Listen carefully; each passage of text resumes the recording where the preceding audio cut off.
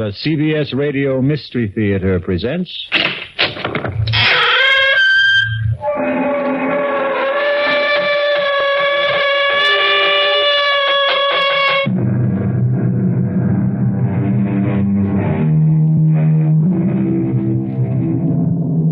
Come in. Welcome. I am E.G. Marshall. Welcome to the sound of suspense, to the fear you can hear. For the next 52 minutes, I'll be your companion on a journey to a place in the past. It used to be that only the mystics believed you could go back, relive your life. But didn't so eminent a scientist as Albert Einstein say that the past, the present, and the future are all intermingled somehow? Then why should we question a gentleman named Spencer Chadwick, who is asking a very vital question? Inspector, do you believe a person can do it again? Do what again? Go back. Where? To that point in his life where it went wrong. It turned sour. And correct it. No. No, I don't believe it's possible. Well, I'm doing it, Inspector. I'm doing it. I'm changing it. I've gone back. Inspector, I've gone back.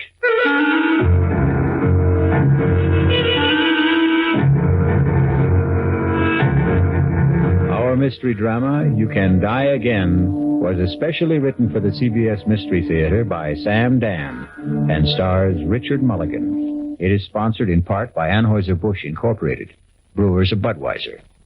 I'll be back shortly with Act One. I'm Hy Brown, producer of Radio Mystery Theater. Before we begin our story, a word with you, if I may, about this project. For many who grew up with radio drama, it's the return of a special kind of magic, a vast and magic theater where nothing is impossible. And now that we're on, we'd like to hear from you and how you feel about radio drama. We're holding a drawing this week and next, and if you send us your name and address, you're eligible for one of 50 prizes each week.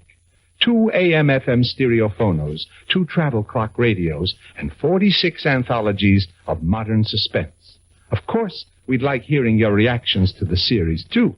But all you need do, send your name and address to Mystery Theater, Box 50, Radio City Station, New York, 119.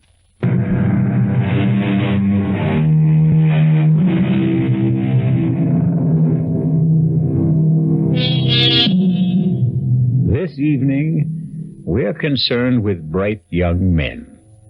That is, those who began as bright young men, like Spencer Chadwick. Bright young Spencer Chadwick married his boss's daughter, but that was 23 years ago. And today, young Spencer has arrived at comfortable middle age. This morning, he will pick up his phone and dial the private number of a highly placed friend.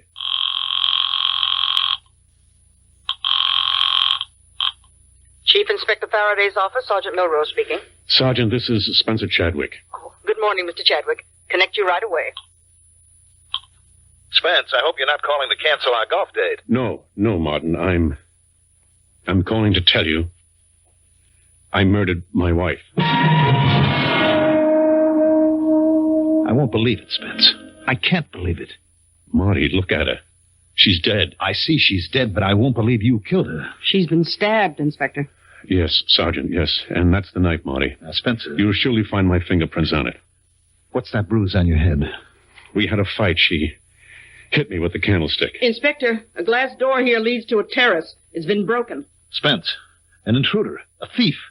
Did he slug you and kill Margaret? No, I killed Margaret. But that broken door... She tried to get away. I dragged her back into the room. Whose place is this? Mine.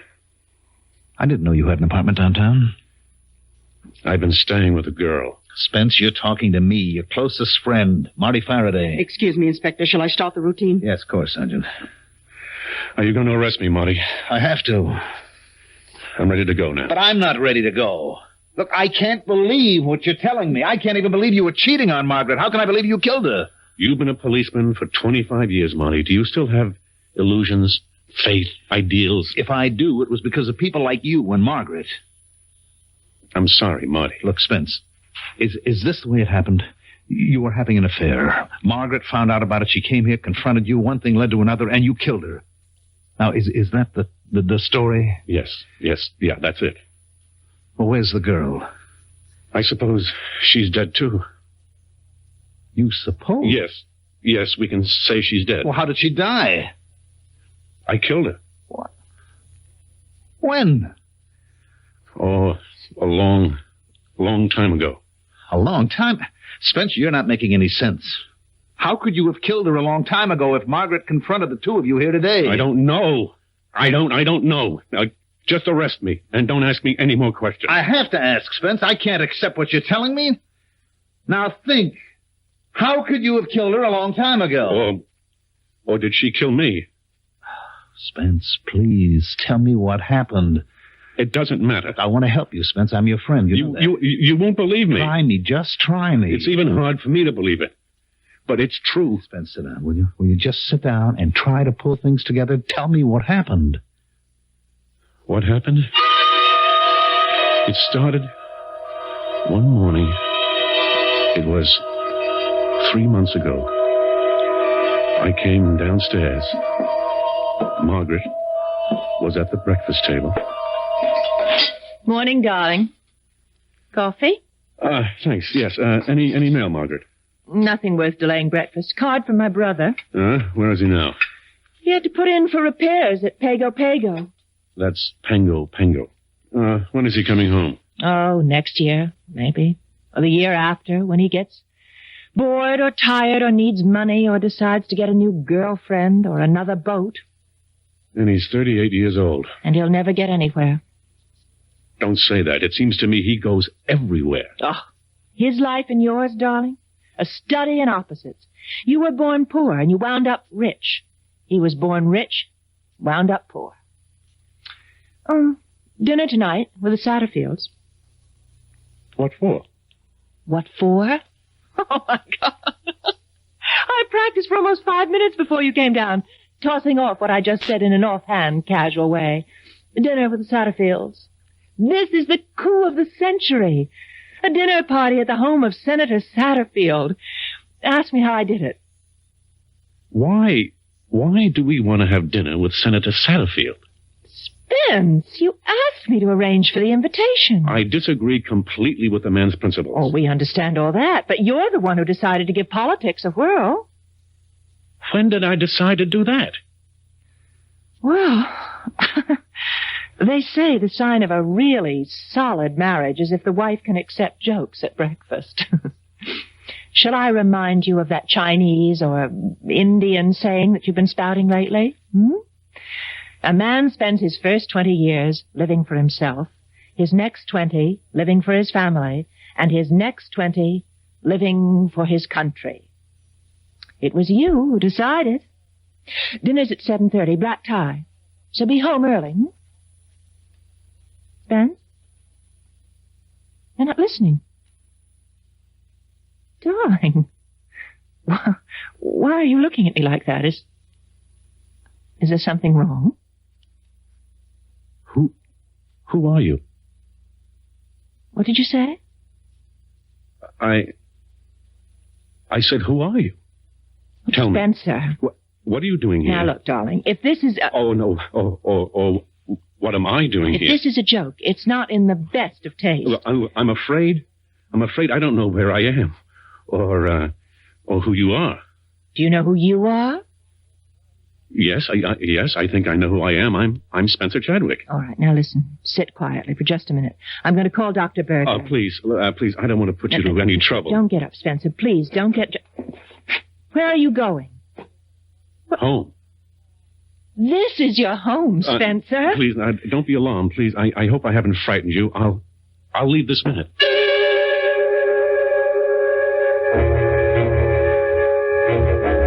You mean that after 23 years of marriage, you look at your wife one morning and you don't know who she is?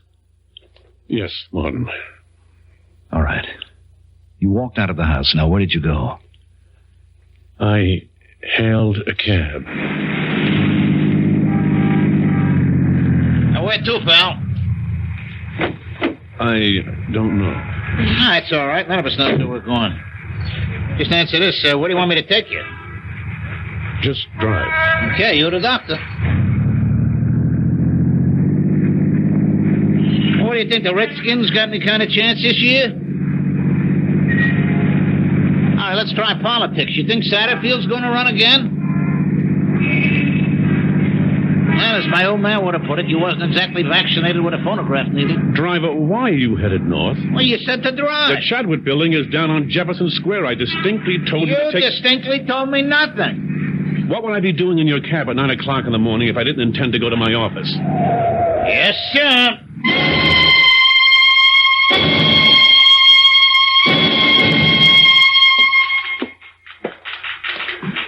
Good morning, Rose. Oh, good morning, Mr. Chadwick. There's a Dr. Berger sitting in your office.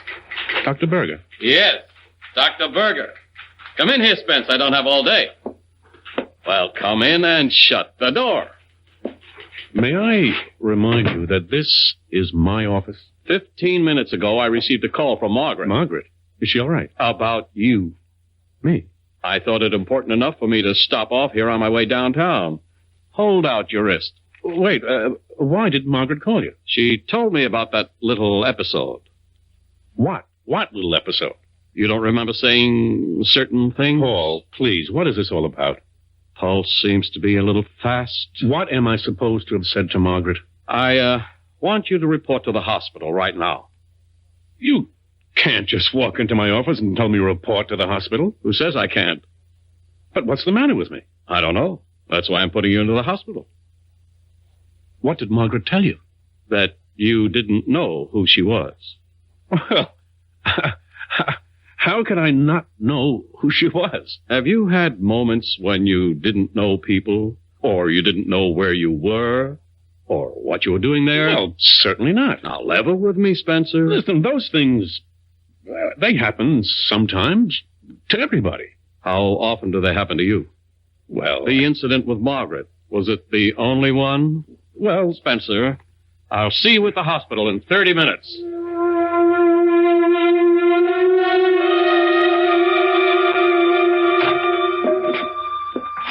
Well, you did it. You're here, Spence. Of course I'm here. I won't keep you an hour longer than necessary. Probably get you out by the end of the day. Paul, you do what's necessary. That's a good attitude. Most of you high-powered business types are so self-important. Don't start to lecture me. I'm here. I agree I need some help. Now what's holding us up? I am. I'm talking to you when I should be arranging for tests. Now, you just relax. Listen to some music, read, take a nap. I'll see you.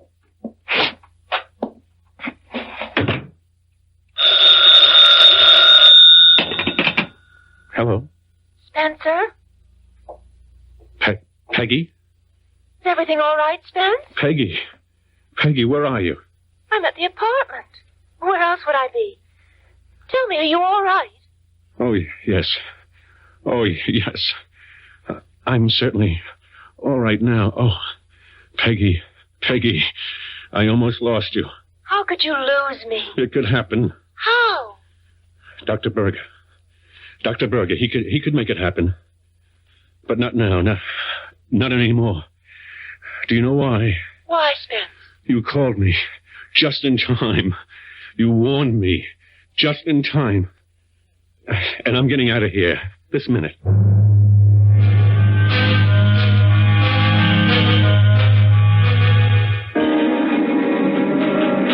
Mr. Chadwick. Yes, Ruth? Aren't you supposed to be at the hospital? I'm not supposed to be anywhere except in my office during the business day. Oh, yes, sir. This Dr. Berger, he's been calling just about every 5 minutes. And your wife. Shall I get them for you? No. I left Dr. Berger a note saying I changed my mind about the necessity for what we were discussing. Now, tell him I have nothing to add. Oh, yes, sir. Oh, call my wife and remind her we have a dinner date with Senator Satterfield. And no calls. No calls. I don't want to talk to anyone. Yes, sir. Except a young lady. She'll call herself Peggy.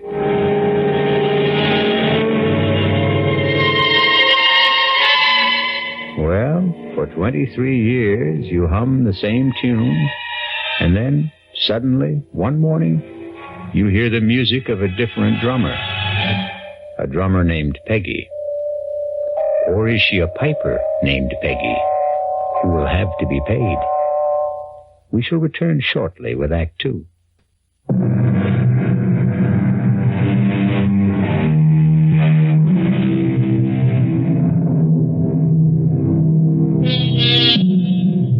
And so we have Spencer Chadwick in complete command, ready to take hold of his life and run it his own way, starting with his wife. Spencer? Is that you? There's no problem. It's not even 7:15. I can be dressed and ready to leave in 20 minutes. Spencer, there is a problem. You made Dr. Berger look like a fool today. He read my note. It explained everything. You made yourself look like a fool. You were admitted to the hospital. And less than an hour later, you sneaked out. I did not sneak out. I got dressed, went to the desk, and said, I'm leaving, send me the bill. But, Spence, you're not well. I've never felt better. You should be in the hospital. Margaret, please stop running my life. What did you say just now, Spence? I'm sure you heard me. I wasn't aware that I was running your life. Spencer, would you be good enough to explain? Can you show me how? You did say this thing was black tie? Spencer, I'm entitled to an explanation of that remark. Margaret, if you can't understand what I'm saying, how can I explain it?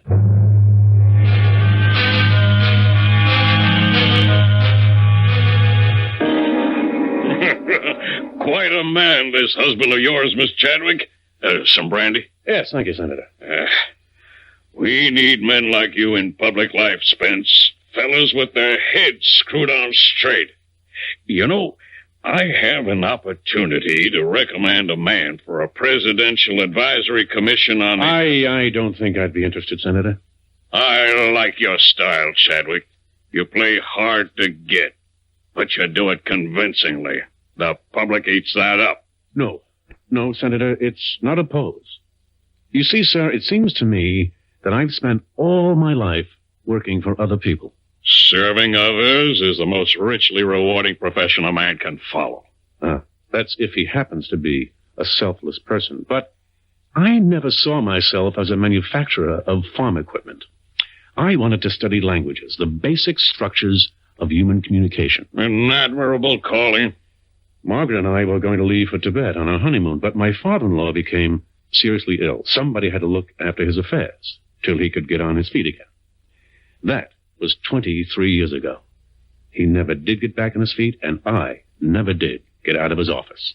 But you transformed that little factory into the third largest enterprise. I know, Senator, I know. I did it for my wife, my in-laws, my employees, the stockholders. But now, finally, at length and at last, I'm going into business for myself. What sort of business? The Spencer Chadwick business. The let's please and amuse and excite and develop enhance Spencer Chadwick. Thank you for your offer, Senator, but there are many others who are more worthy, not to mention more willing.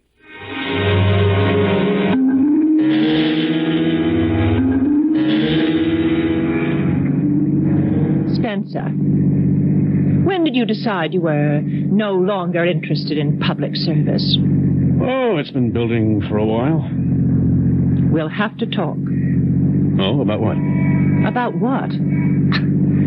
I don't know if this is a pose or... Margaret, I'm sure I can explain. Now, let's drop in somewhere for a nightcap. No, let's get home. Now, do you remember what you said to me this morning?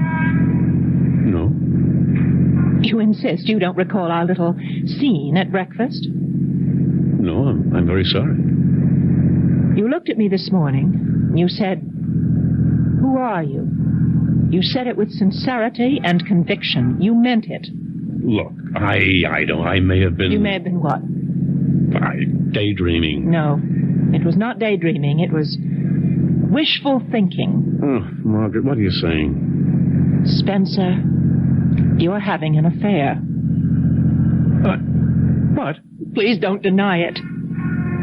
But I'm not. It fits in with what Dr. Berger told me. About what? When you say to me, who are you? It means you no longer want to know me.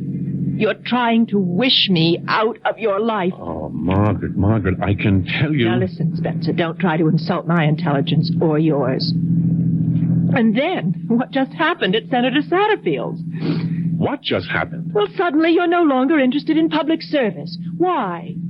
If you heard me talking to him, you'd know that finally I want to do things for me. But he as much as offered you a post that you dreamed about.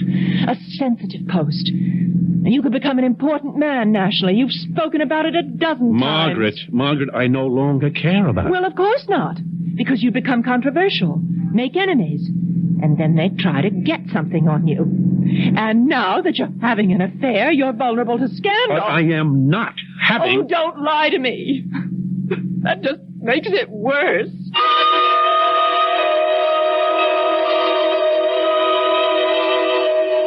But you were lying to us, Spence. We know you were lying. We know about Peggy. Inspector. Yes, Sergeant. If you'll come into the bedroom, Inspector, I didn't want to move anything. All right. Now, sir, here are these pictures. Are these Peggy? Are they, Spence? Yes. Well, sir, if you look at the hairstyle, that went out 25 years ago. I'm no expert, but these don't look like pictures that were taken recently. Now, the clothes in the closet, skirts, blouses, dresses, are these Peggy's? Are they, Spence? Yes. The styles are about 25 years old. Now, here's a label in a skirt. It's a Lydia Carter. She was a designer who was fashionable 30 years ago. Well, Spence, tell us. I can't. Why can't you? I don't think I know how. Never mind how it sounds. Just tell it. Martin, did you ever think you could somehow get a second chance? To do what? To live your life over. To answer your question, no. Did you ever think you could go back to a point in time when you made a decision which changed everything for you? Where you crossed your own particular Rubicon, and if you could go back, start again, and do the thing you really wanted to do? To answer your question again, no. That's because you never regretted the course of your life. And you did? Are you trying to tell me that you did? Every day for 23 years. All right, Spence. I won't press you. No, Marty, don't put that sympathetic tone in your voice as if you think I'm some kind of nut. Look, you could plead insanity. Once again, Marty, I'm not crazy. Temporary insanity. Not for 1 minute. I asked you a question. Can you go back? Can you live your life over again? And I gave you my answer. No. But you can. You can do it. I did go back. Not for long. But I did go back. All right. All right, Spence, you did go back. And if I hadn't lost my head, if only I hadn't killed Margaret, I could have stayed. I could have started over.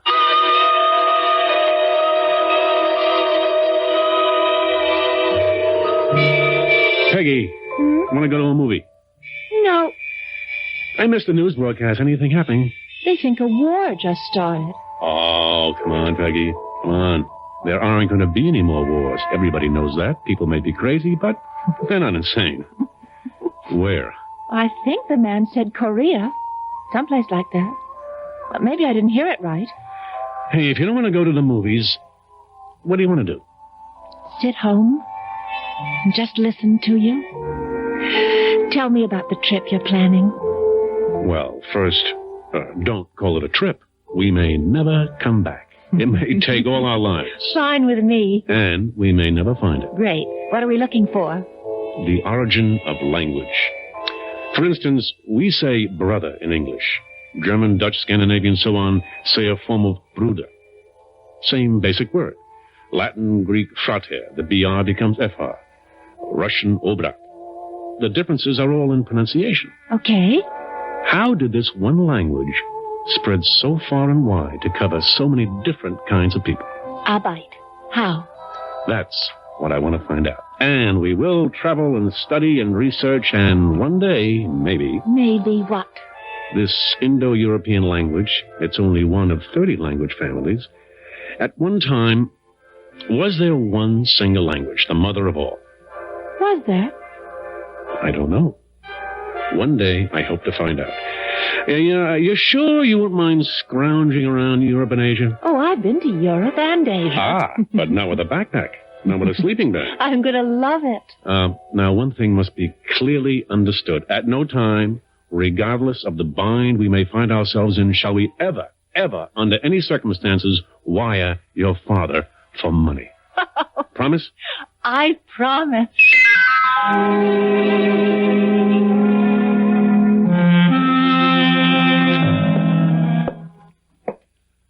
Hello, Margaret. Where have you been, Spencer? Oh, excuse me. I hope that doesn't sound shrewish. Well, no, it doesn't. Or as if I'm trying to run your life. Please, Margaret, cut it out. The reason I ask is because I had prepared dinner. I know. Didn't you get my message? Yes, I did. I got it at 8. Meanwhile, at 7, the Millers, the Brownsteins, and the Gladwells arrived. No, the Gladwells were here at 6:30. But why? You had asked me to invite them to dinner, and these are your friends, Spencer. I'm sorry, Margaret. I'm sorry. Yes. Well, if they were people I like, I would have been humiliated. This way, I was merely embarrassed. Well, I got through the evening. Somehow.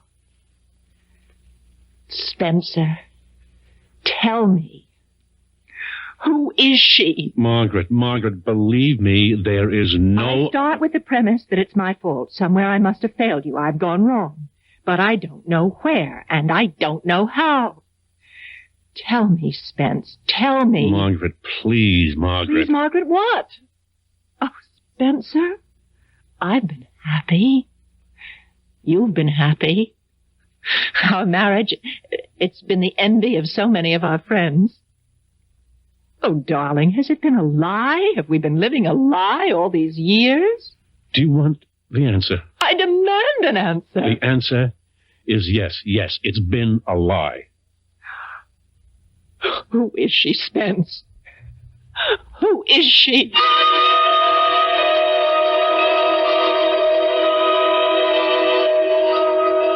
Who is she, Spencer? Who is Peggy? I won't tell you, Martin. I should say, who was Peggy? Inspector, do you remember some time ago you saw Mrs. Chadwick? It was on business, I remember. Oh, yes. Yes, I do. It had to do with a burglary, Spence. A burglary in your house. Believe me, Margaret, this is no bother at all. You see, I felt if I called the local precinct, I'd have police traipsing all about the place. It just isn't worth it. Well, what happened? Well, it's silly, but, well, you know us. We never throw anything out.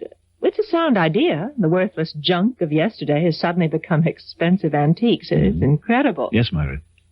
All right, I'll be brief. We have a storage space where we keep old things, clothes, knickknacks, stuff that you say you'll throw out sometime. You never get around to it. You never do. And? Well, it's all been stolen. Stolen? It's missing. Well, it must have been stolen. I don't care about it, but it's just unnerving to consider that the house has been broken into. Well, send a list of the stuff to Sergeant Milrose. It's not important. But I feel that since a crime has been committed, it should be reported. Did I do the right thing? Of course you did, Margaret. That list. I gave you that list, Sergeant. It's on my desk, sir. I'm sure most of the items in this closet were on it. Spencer, you were the burglar. Technically, yes. She needed clothes, Marty. That girl, she's a fantasy. No, not Peggy. All right, look, for reasons that I may never understand, you feel you wasted your life. So you fantasized a way to go back, to start over. It was no fantasy. Sergeant Milrose. Hell, it wasn't. You were sorry you married Margaret. Which all by itself proves that you're insane, Spence. You created this Peggy, and you had to dress her in the period of 25 years ago. There is no Peggy. This whole thing happened in your mind. Yes, thank you, Lieutenant. Yes, Sergeant? Sir, that was from the lab. They scraped some grass samples from a skirt in the closet, and it's been identified as Duke of Wentworth fescue. All right. It's a new kind of seed, just been planted for the first time. When? Well, about a month ago, which means somebody wearing this skirt was sitting in the grass in Benton Park very recently. You figure if a man's been married for 23 years, He may have a tendency to fantasize a bit, but Spencer Chadwick has created more than an illusion. He has brought forth flesh and blood, particularly blood. We'll be back shortly with Act 3.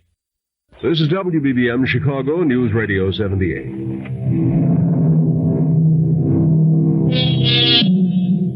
It was all right while Peggy was only an illusion. She was Spencer Chadwick's private affair. But a living Peggy, or even a dead Peggy, is a serious matter for Police Chief Inspector Faraday. Spence, make it easy for all of us. Tell me, who is Peggy? Or who was Peggy? We can find out, Spence. We can check with the neighbors, the janitor, circulate your picture in the neighborhood, ask people if they've seen you around with a girl. You'll never find her. Don't say that. It's virtually impossible for a person to disappear without a trace. I still say you'll never find her. Damn it, Spence, I can't get used to it. You and Margaret, and then you and this Peggy. How could you live with both of them? Didn't things get rough at home? Yes. Well, what brought on the showdown? Well, after a while, we couldn't go anywhere without Margaret seeing her.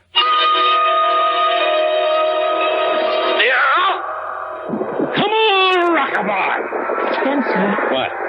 Is that the girl? What? Who? That girl. She's been looking at you all afternoon. Oh, Margaret, believe me. Why don't you invite her down here? She'll have a better view from our box. Oh, Margaret. No reason we shouldn't all behave in a civilized manner. Introduce us. Margaret, I never saw that girl before in my life.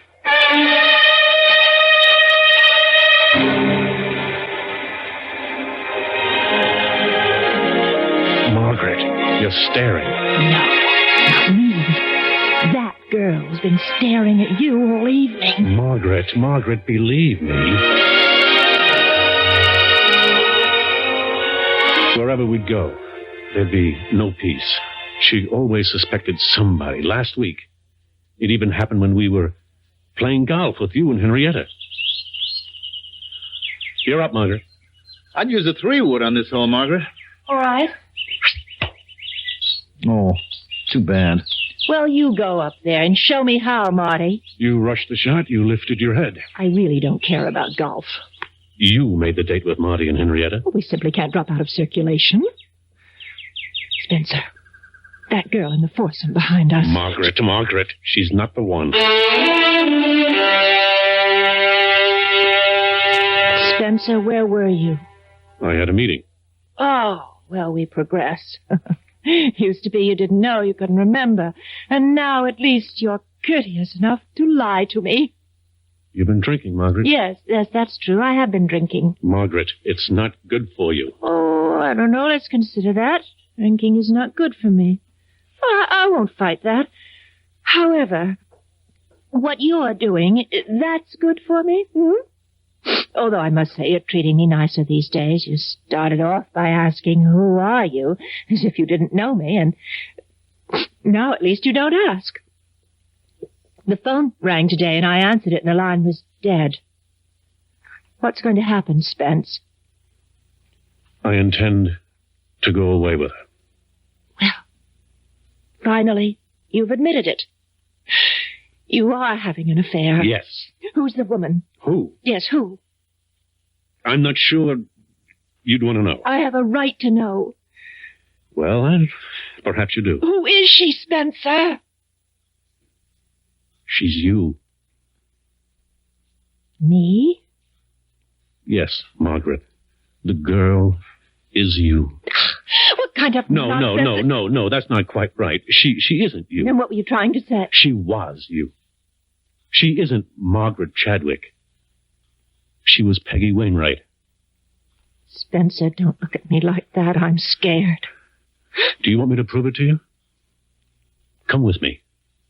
Come with me right now. This is what Dr. Gilbert was concerned about. Spence, it's no disgrace to have a breakdown. It's no shame to need psychiatric help. No. We're past all that, Margaret. Come with me. I want you to meet Peggy.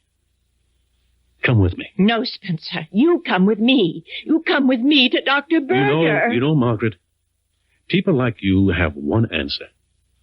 Whenever you're up against something you don't understand, you have one answer. Whenever you're faced with something that's beyond your experience, you have one answer, see a doctor. That solves everything. That takes care of everybody. And it never occurs to you that yours might just possibly be the wrong answer. Now, why are you so sure of yourself, Margaret? Why are you so sure that I'm the one who's wrong? Come with me, Margaret. I want you to meet Peggy. Or are you afraid?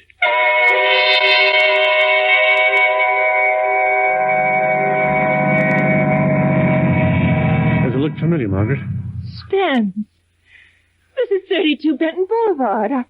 It's our first address. I remember. Do you remember the apartment number? 3A. Oh, don't tell me it's still there. See for yourself.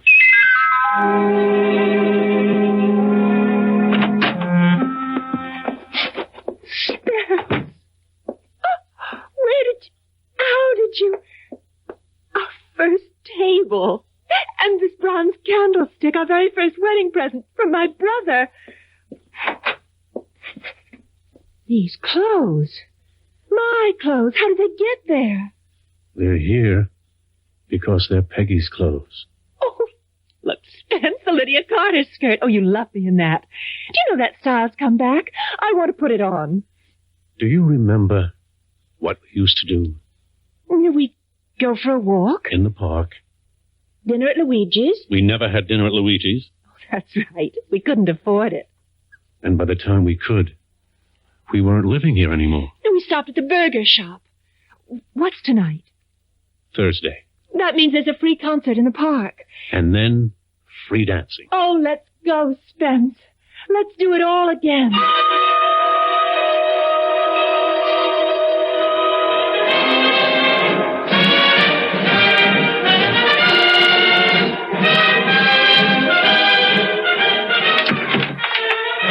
I never realized how much fun we had in those days. They were great days, Peggy. Peggy. I always liked Peggy better. Somewhere along the line, you stopped calling me Peggy. When exactly did you stop calling me Peggy? When you became Margaret. I always wondered about that. How did I become Margaret? Why? Take a look around. See, Peggy? All the bags, the trunk, they're packed for the trip.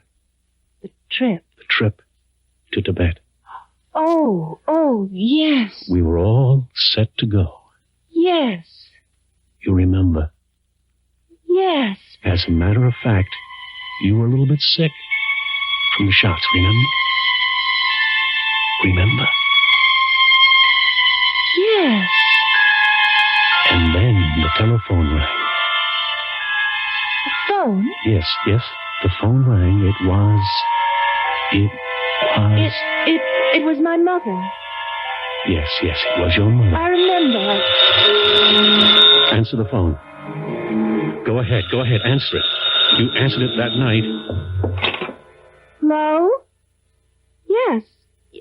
Yes, Mother? Oh, no. Yeah, all right. All right, we'll go there. Right away.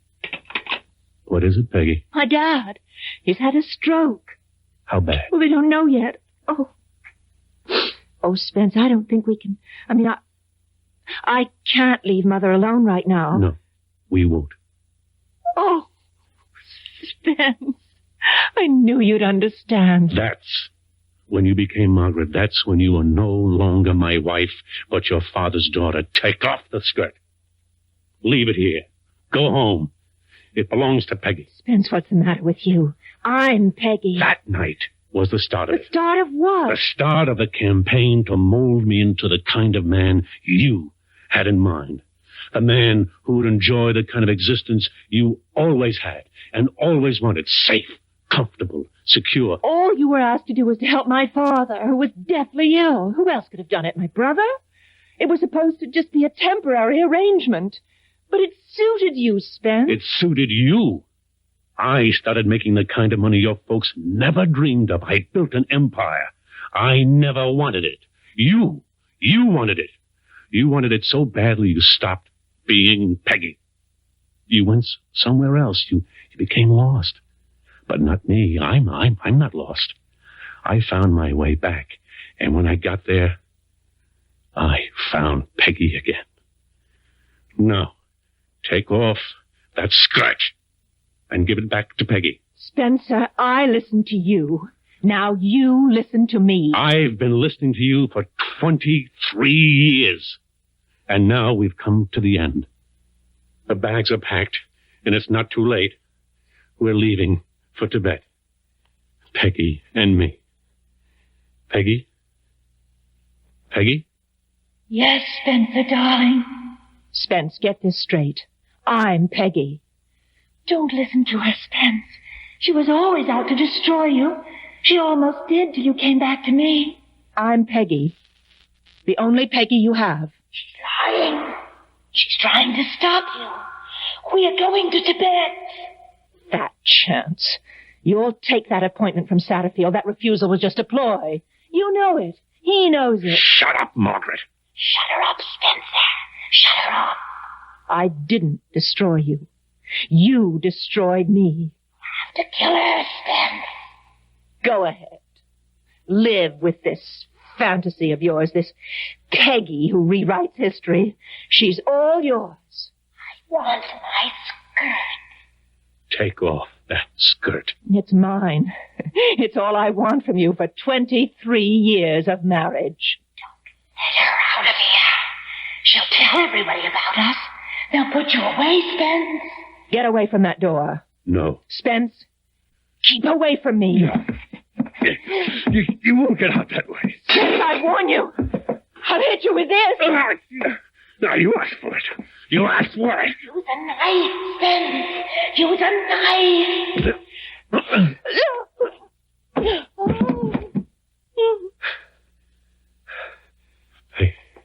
Peggy? Peggy? Where are you? Peggy? You killed us both, Spence. Margaret.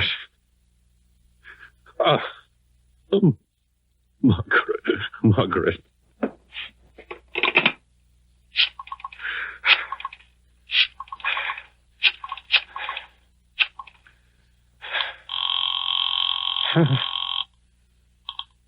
Chief Inspector Faraday's office, Milrose speaking.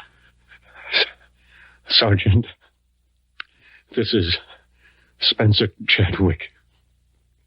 I just murdered my wife.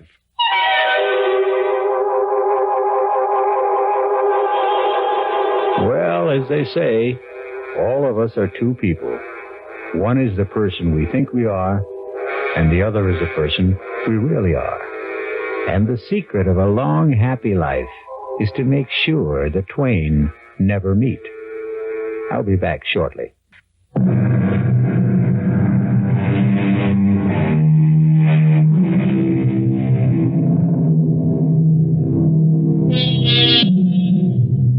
Well, the jury's still out. Oh, not on Spencer Chadwick. With him, it was open and shut. But on the basic idea, can you go back? Can you do it again? Well, to end on a non-controversial note, here is something everybody can do again. Tune in again for more suspense and excitement. Our cast included Richard Mulligan, Mandel Kramer, Marian Seldes, Bryna Raeburn, and Gil Mack. The entire production was under the direction of Hyman Brown. Now, a preview of our next tale. You know what I'm going to do, Laurie? I am going to turn this car right around and head back to the city. Oh, no, George. Please don't. What's that? We all fall. You hear something like singing? Ring a ring of roses. Let me open the window. A pocket full. It's a woman singing that old nursery rhyme. Two. We all fall down. Well, what's that snapping sound? It sounds like a piece of leather. It sounds like a whip. George, what are you doing? I'm getting out. No, don't leave me, George. I'm coming with you. Wait. Okay, but stay close to me. Radio Mystery Theater was sponsored in part by the Kellogg Company, makers of Kellogg's Special K cereal. This is E.G. Marshall inviting you to return to our Mystery Theater for another adventure in the macabre. Until next time, pleasant dreams.